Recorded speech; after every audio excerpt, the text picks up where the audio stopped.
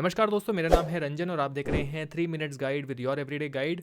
और आज की इस गाइड में हम डिस्कस कर रहे हैं ग्रोथ और आईडीसीडब्ल्यू म्यूचुअल फंड ऑप्शन के बारे में। आईडीसीडब्ल्यू म्यूचुअल फंड का एक ऐसा ऑप्शन है जो अपने इन्वेस्टर्स को रेगुलर इनकम देता रहता है टाइम टू टाइम। तो क्या ये ऑप्शन आपके किसी काम का है भी या नहीं है, आइए इसको देख लेते हैं।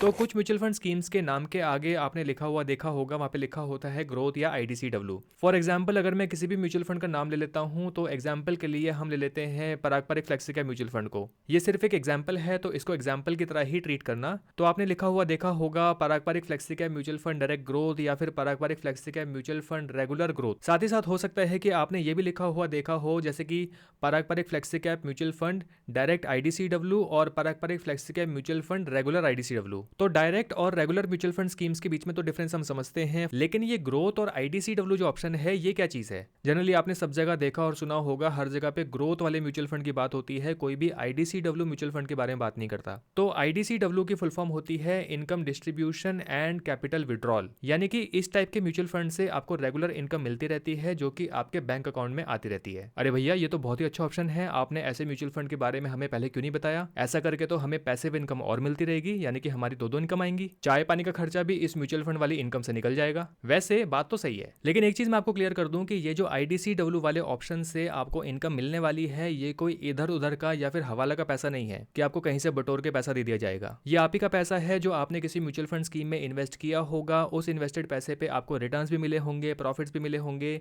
डिविडेंड्स भी मिले होंगे। बस उन्हीं सब प्रॉफिट्स में से थोड़ा सा पैसा काट के आपको दे दिया जाएगा। तो ये पैसा आप ही का है। एक एग्जांपल से आपको समझा देता हूँ। फॉर एग्जांपल, मान लेते हैं कि आपने किसी म्यूचुअल फंड स्कीम में अपना पैसा इन्वेस्ट किया है और उस म्यूचुअल फंड का एनएवी है 100 रुपीज़ का, और आप उस म्यूचुअल फंड में अपना पैसा इन्वेस्ट करते हैं 1000 रुपीज़, यानी कि आपने उस म्यूचुअल फंड की 10 यूनिट्स बाय कर ली हैं। अब मार्केट के हिसाब से मान लेते हैं कि आपको उस म्यूचुअल फंड में कुछ ग्रोथ देखने को मिलती है, यानी कि उस म्यूचुअल फंड का एनएवी अब 100 रुपीज़ से इंक्रीज होकर हो जाता है 120 का, यानी कि उस म्यूचुअल फंड के एनएवी पे 20 रुपीज़ का प्रॉफिट होता है। अब हो सकता है कि आईडीसीडब्ल्यू ऑप्शन के अंदर वो म्यूचुअल फंड स्कीम आपको उस 20 रुपीज़ के प्रॉफिट में से 15 रुपीज़ का जो एनएवी है, उस एनएवी पे आपको इनकम देना चाहे, यानी कि यहाँ पर जो आपको इनकम मिलेगी वो मिलेगी आपकी जो 10 यूनिट्स हैं मल्टीप्लाई बाय 15 रुपीज़ का जो एनएवी का प्रॉफिट है, यानी कि यहाँ पर आपके बैंक अकाउंट में पैसा आएगा 150 रुपीज़। तो आपको तो यहाँ पर 150 रुपीज़ एज एन इनकम मिल गए हैं, लेकिन उस म्यूचुअल फंड का जो एनएवी है अब वो 120 रुपीज़ से रिड्यूस होकर हो जाता है 105 रुपए का,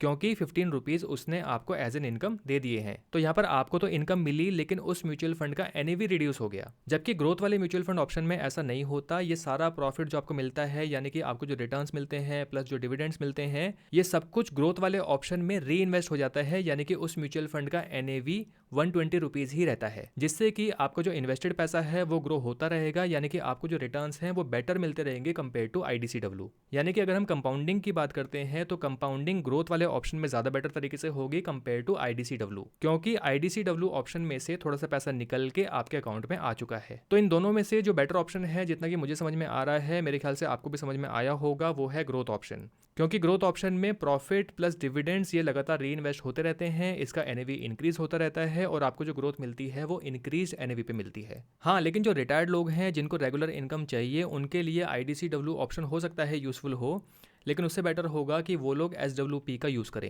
एसडब्ल्यूपी के ऊपर मैं ऑलरेडी एक डेडिकेटेड वीडियो बना चुका हूं, आप इस वीडियो को जाके चेकआउट कर सकते हैं। आई होप ये छोटी सी गाइड आपके लिए हेल्पफुल रही होगी। अगर ये वीडियो आपको अच्छी लगी है तो इसको लाइक करके मुझे ज़रूर बताइए, और हाँ, जाते जाते चैनल को सब्सक्राइब करना मत भूलिएगा। जल्दी ही मिलेंगे नेक्स्ट गाइड में। Thank you for watching.